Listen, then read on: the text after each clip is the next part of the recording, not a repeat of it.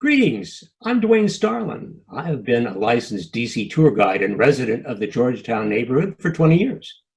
I'm happy to bring this tour to you. After what seemed a relentless summer, fall is finally upon us. Cooler temperatures and earlier sunsets now appear in the district's oldest neighborhood.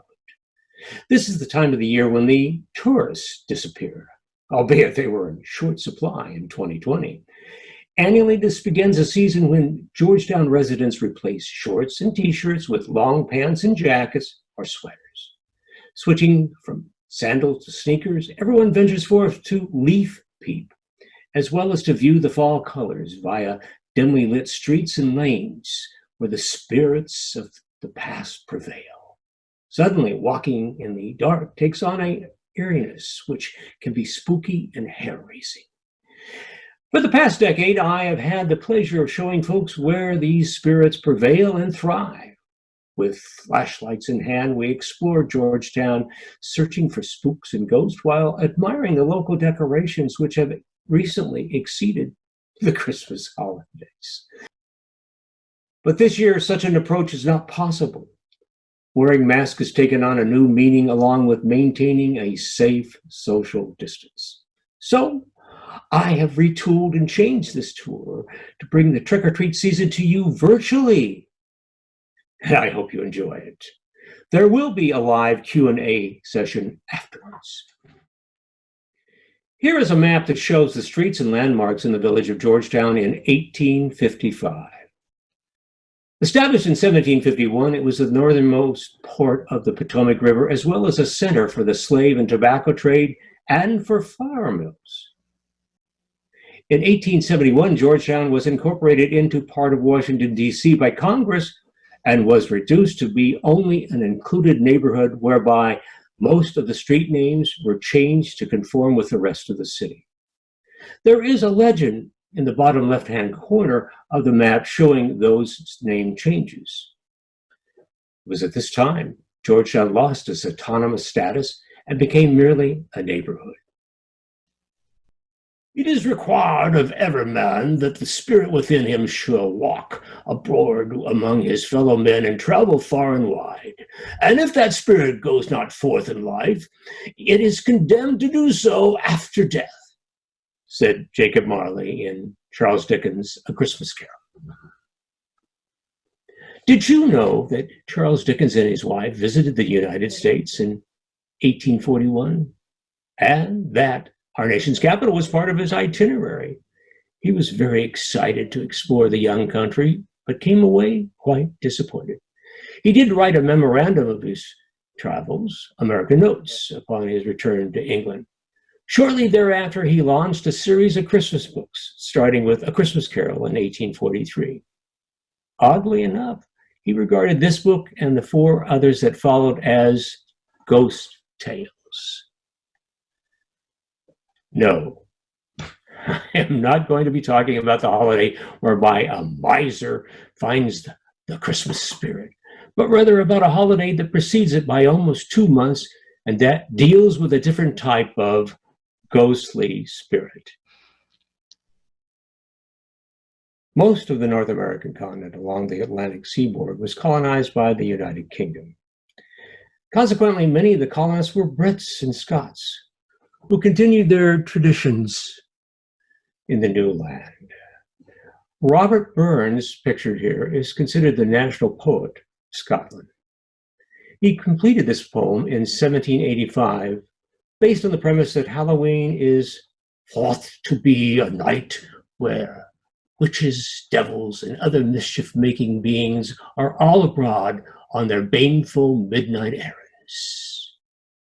Upon that night when fairies light on Cassillis Donan's dance, or o'er the lays in splendid days on sprightly coursers prance, or for Colleen the rout is ta'en beneath the moon's pale beams, there up the cove to stray and rove, amang the rocks and streams to sport that night, amang the bony winding banks, where Doon rins whipling clear, where Bruce once ruled the martial ranks and shook his Carrick spear.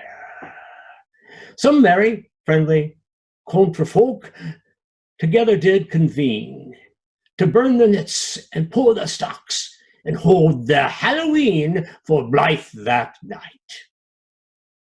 Many believe that there are pagan roots in this seasonal holiday. Samhain, celebrated from October 31st to November 1st, is the Celtic day that begins and ends at sunset. The belief that the souls of the dead return home on one night of the year and must be appeased seems to have ancient origins and is found in many cultures throughout the world. However, the souls of thankful kin could return to bestowed blessings just as easily as that of a wrong person could return to wreak revenge. As frequently happens, ceremonies and gatherings change through the years, as shown by this photograph of a recent Halloween school parade in front of an Arlington County, Virginia elementary school. Today, the emphasis is on the fun side of the event with costumes and activities of a more cheerful and happier time. I'm sharing with you a photo of me and the turnip that I carved for Halloween a few years back. I had just returned from a trip to Scotland where I learned of the ceremonial use of the round root vegetable. Originally in Ireland and Scotland, the turnip was traditionally carved for Halloween, but immigrants to North America switched to the native pumpkin, which is much softer and much larger, making it easier to carve than a turnip. This tradition originated in Ireland, where citizens carved faces into turnips and sometimes potatoes to ward off evil spirits. The practice originated from an Irish myth about a man named Stingy Jack, who cleverly tricked the devil.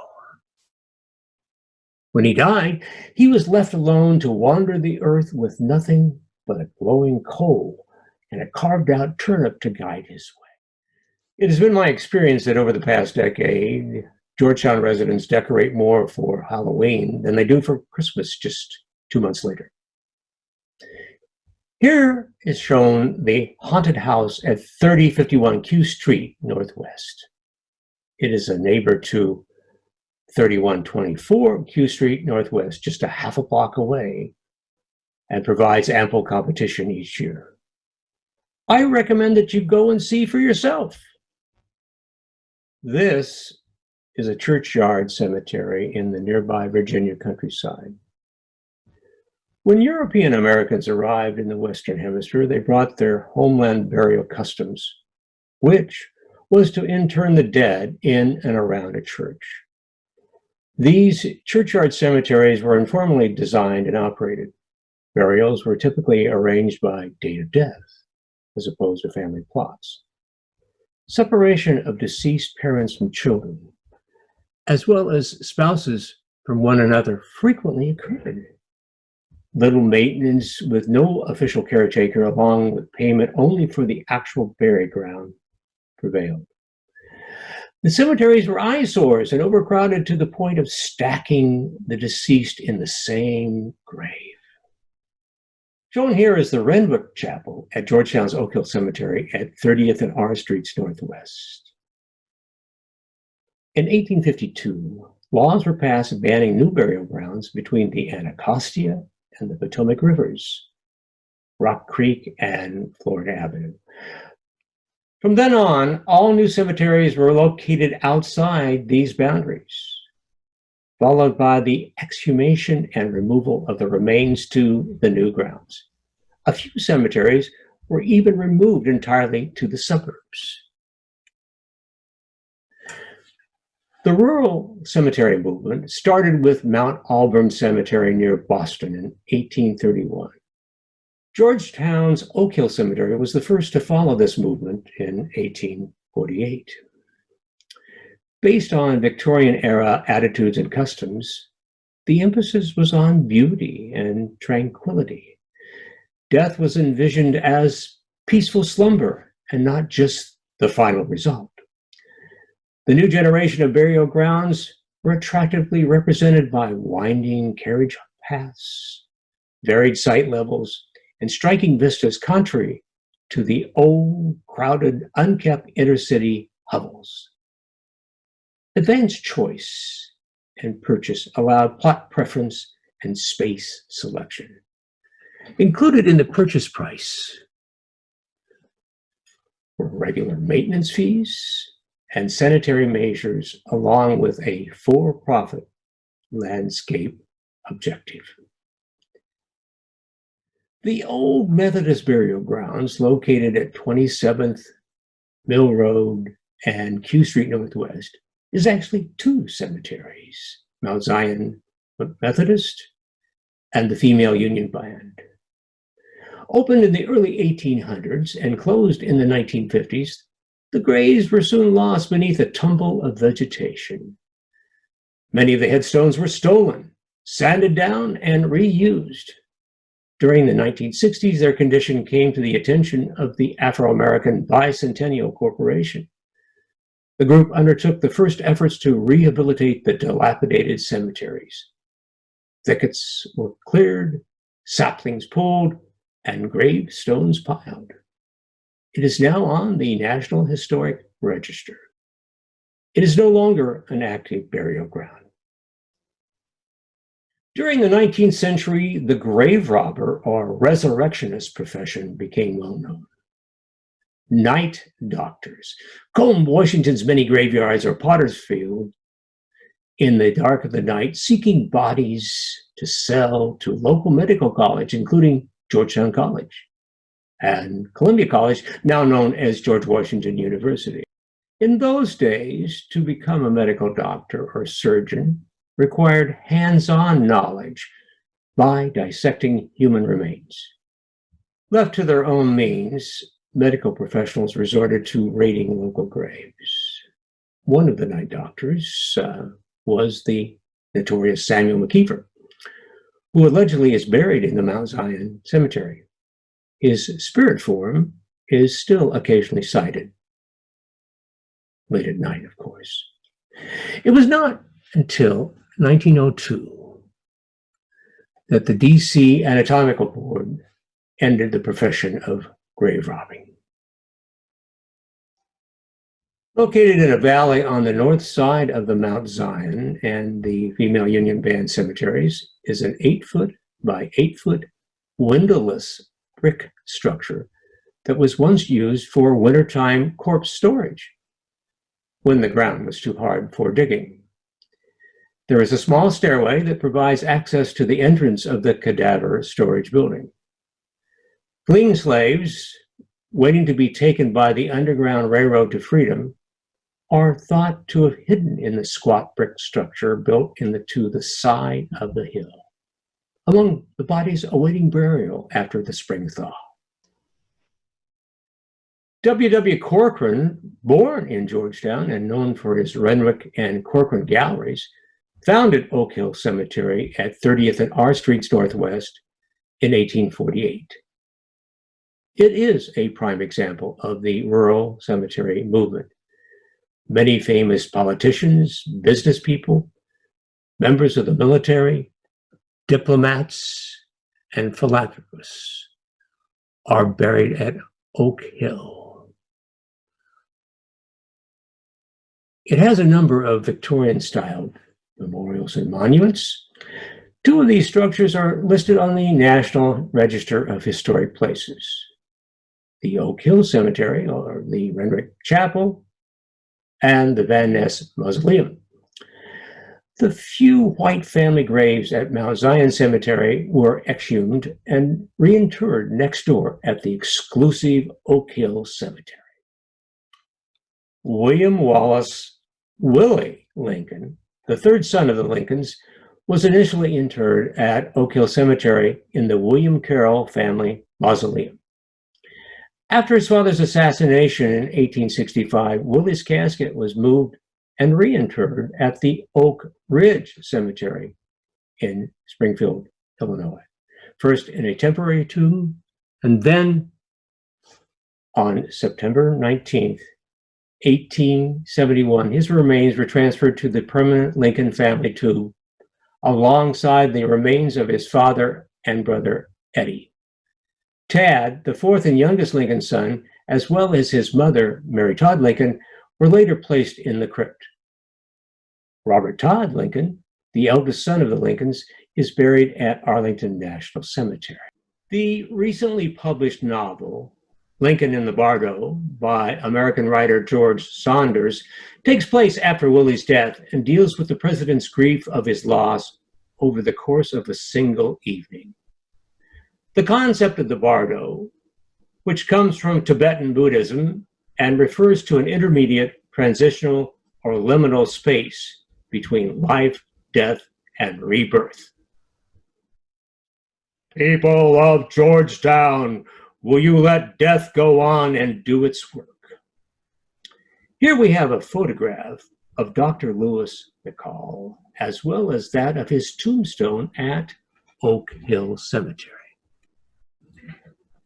Dr. McCall, a local medical doctor who lived on the outskirts of the Oak Hill Cemetery, warns of putrid exhalations and huge mass of poisonous vapor. By the way, despite his statements, he was buried at Oak Hill Cemetery and remains there today. The Presbyterian Burying Ground. Here we have a newspaper clipping showing a young vandal playing in the cemetery, which existed between 1802 and 1909 in Georgetown. The District of Columbia purchased the cemetery in 1909 and built Vota Park there, leaving nearly 2,000 bodies buried at the site. This site, originally bounded by 33rd, Q Street, 34th, and Volta Place, sold for $30,000.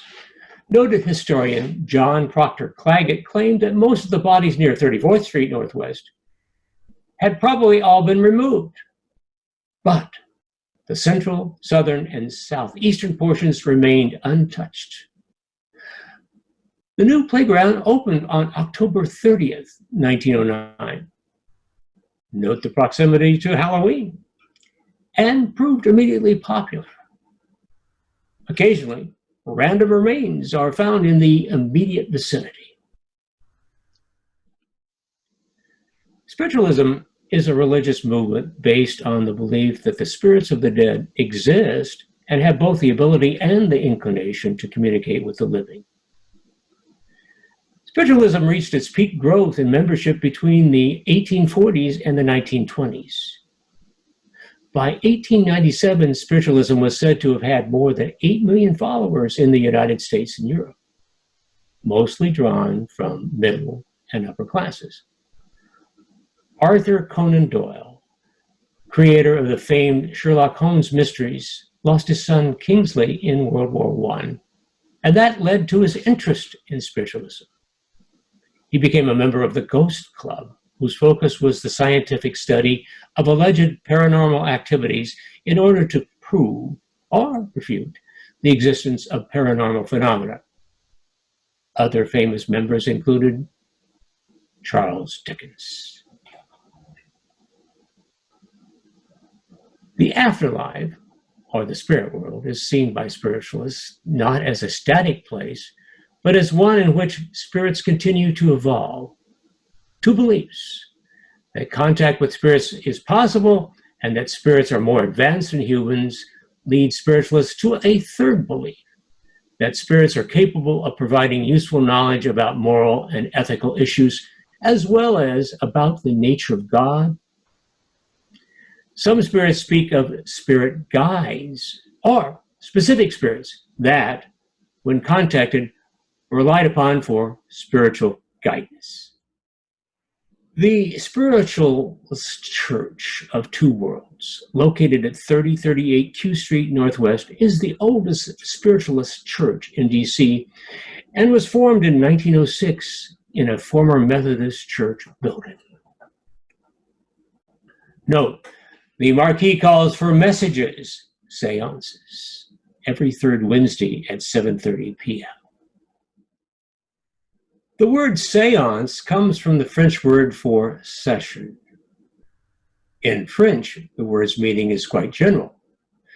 In English, the word seance has come to be used specifically for a meeting of people who are gathered to receive messages from ghosts.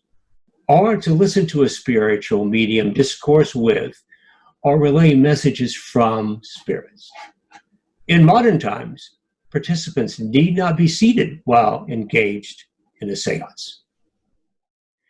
Here we have the famed Fox sisters of upstate New York, who came into prominence in America in 1848.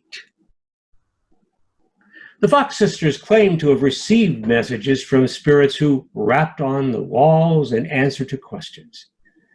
They recreated this feat of channeling messages in numerous parlors across the USA. President Lincoln and his wife, Mary Todd, appeared at a seance in Georgetown in 1862. It was performed by the medium Mrs. Belle Miller at her parents' home at 21 First Street, now known as 3226 N Street Northwest. Featured during the seance was a levitating piano, which required Abe and 3 other men to hold it down. After her husband was assassinated, Mary Todd seemed to be at a breaking point. She decided to hire the Fox sisters to help her communicate with her deceased sons and her late husband. Little is known about what happened during these seances, but the Fox sisters later admitted that the knocking sounds heard during their seances were fraudulent. The sisters made the sounds with their feet or by cracking their joints. The letter we see here is from Charlotte Luce Noyes and dated March 9th, 1934. Also, we have photos of the back or north side of the Dumbarton House located at 2715 Q Street Northwest. Note, the old Methodist burying grounds are only 100 yards away. The Dumbarton House, built by Samuel Jackson around 1799, apparently has or had its own spirit. Noyes advised the building owner, the National Society of Colonial Dames, of her family's paranormal encounter that occurred in 1806 when her grandparents, Commodore John Rogers and Minerva Dennison, spent their honeymoon night following their marriage ceremony at the facility. A family member, Eliza Dennison, fainted after viewing a ghostly figure during a thunder and lightning storm around midnight. This midnight visitant had been seen on the branching stairway's landing. Noyes ends her correspondence with, "So that is grandmother's ghost.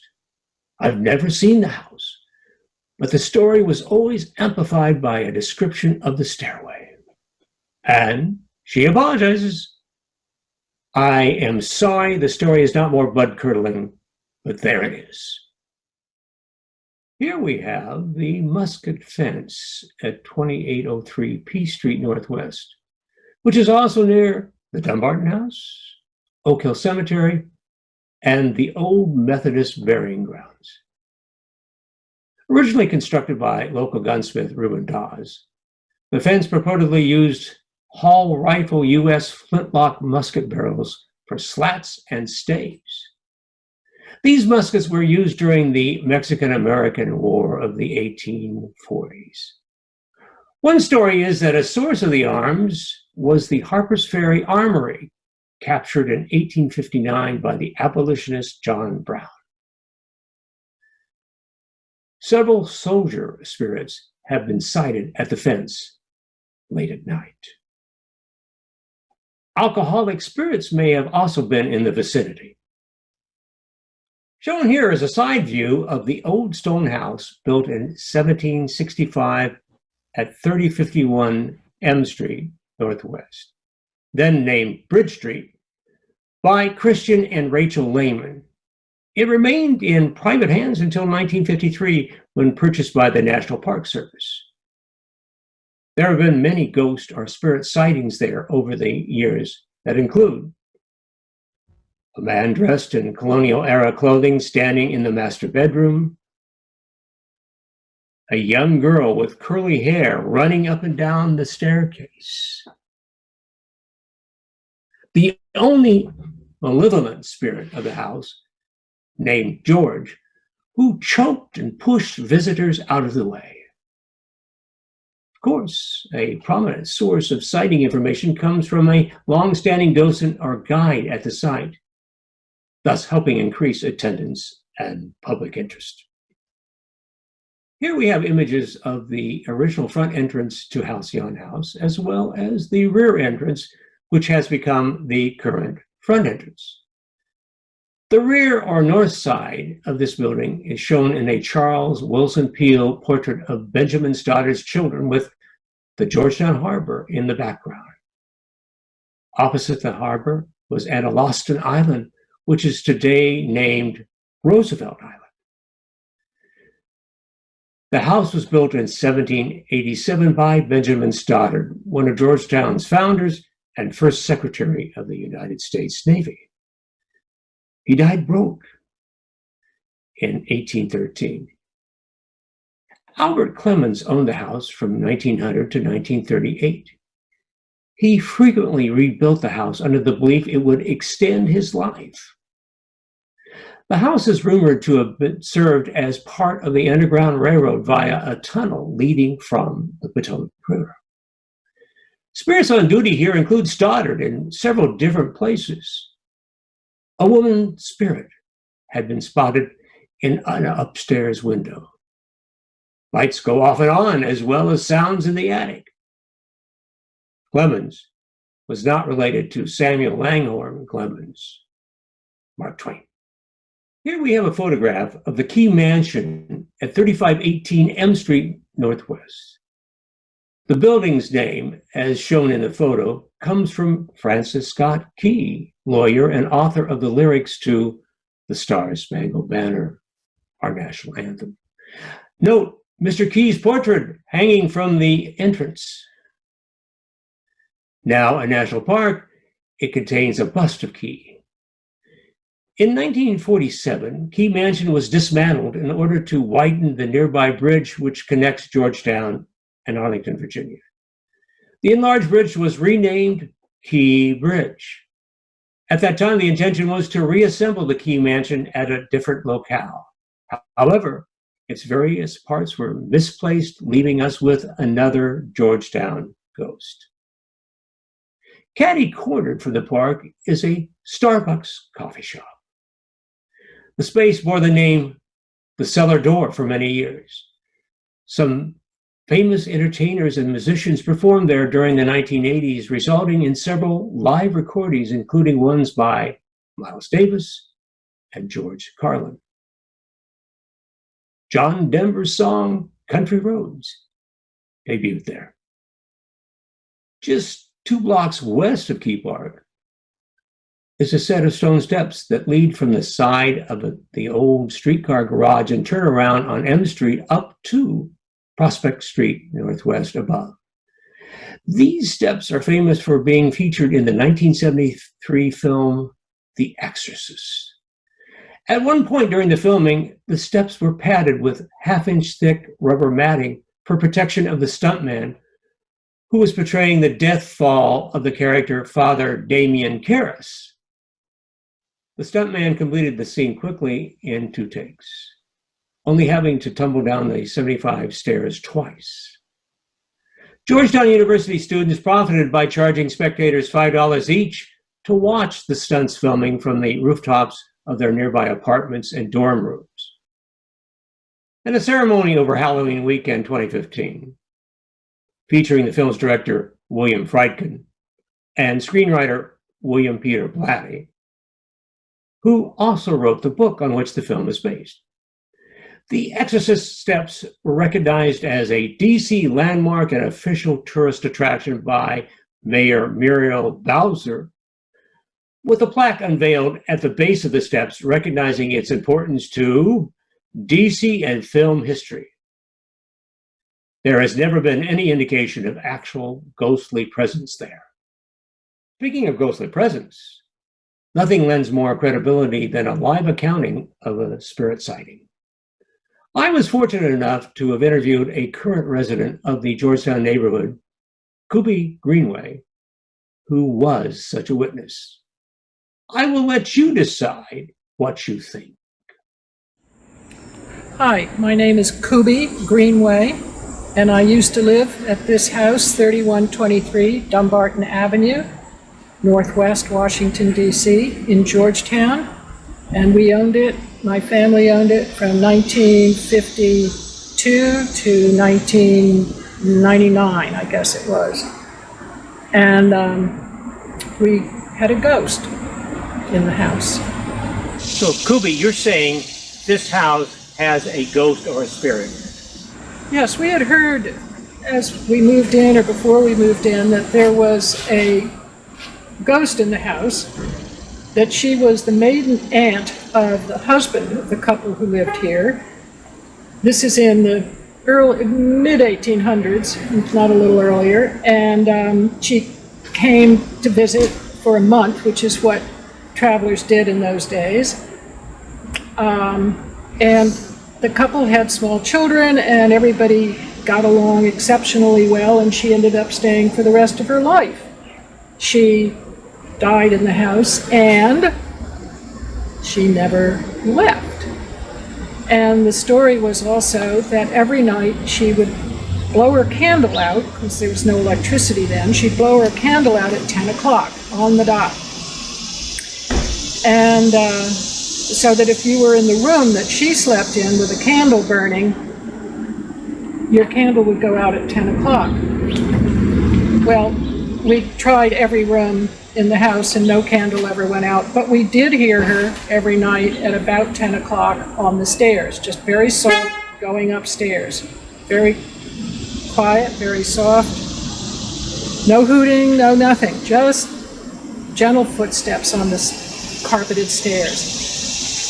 So she was just part of the house, and we didn't give it another thought, and that was that. She didn't bother us, and I guess we didn't really bother her.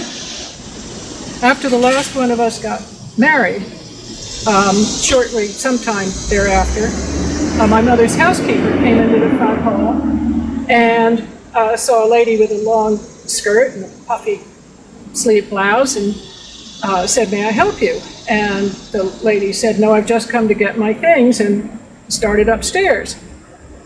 Later, Mrs. King said to my mother, "I didn't know you had a house guest." And my mother said, "I don't." Well, then we didn't hear any footsteps for quite a while. I think they started up again, if I vaguely remember, but I wasn't really living in the house full time. But that was the only time I know of or heard of where she was actually seen. There were a couple of other times where it was questionable whether her presence was in the room, but I never had that personally. Then with the candle going out every night at 10, the one thing when we were selling the house and I was clearing out things, my mother never threw anything out, and one of the 4 bedrooms on the 3rd floor had been made by the Boltons, had been made into closets. Okay, I was cleaning out the closets, and I got to the end closet of the wall, and took the last swath of clothes off the clothing bar, and there on the wall was the wrought iron swing arm candle holder. Well, that was the one room we never went into, because it wasn't a bedroom all the time we owned the house. And so we never had been in there with a candle. It probably wouldn't have gone out, but it was the one room we never went in with the candle. But there was the wrought iron swing arm candle holder. There'd probably been one in every room because of when the house was built, and there was no electricity back then, of course. But that was the one that was left. And the only other thing I know about that could be the ghost was the people who bought the house from us. I called the wife and asked her if, while they lived in the house, she had any experience with any type of ghostly events. She said no, but the painters, one of the painters on the 3rd floor, there were 3 of them working up there, she said, and one of them one day finally said, "I can't take it anymore, somebody's blowing on my neck. And won't stop, I'm just he was freaked. I don't think he used that word, but he refused to work on the third floor anymore. So, Kuba, you've lived in other locations here in Georgetown. Yes. Ever encounter another spirit or a ghost? Nope. And I don't know any other house that has. And I mean, any of the houses we lived in Long Island, or I lived in Greece for 2 years, and so on. This was the only one. So we have it, the spirits of Georgetown. I would like to end this presentation with another poem that speaks of other worlds. Still in the shaded hillside streets, a trace of old-time welcome greets the passerby who has a flair for scenes of old no longer there. A buoyant Georgetown stands alone, the federal city having grown until their boundaries overlap, so that, deleted from the map, through once the federal city's host, Georgetown itself is now a ghost. Written in 1927, the author laments the fact that the town of Georgetown is now only a neighborhood. Well, that's it, folks. Thanks for your attendance.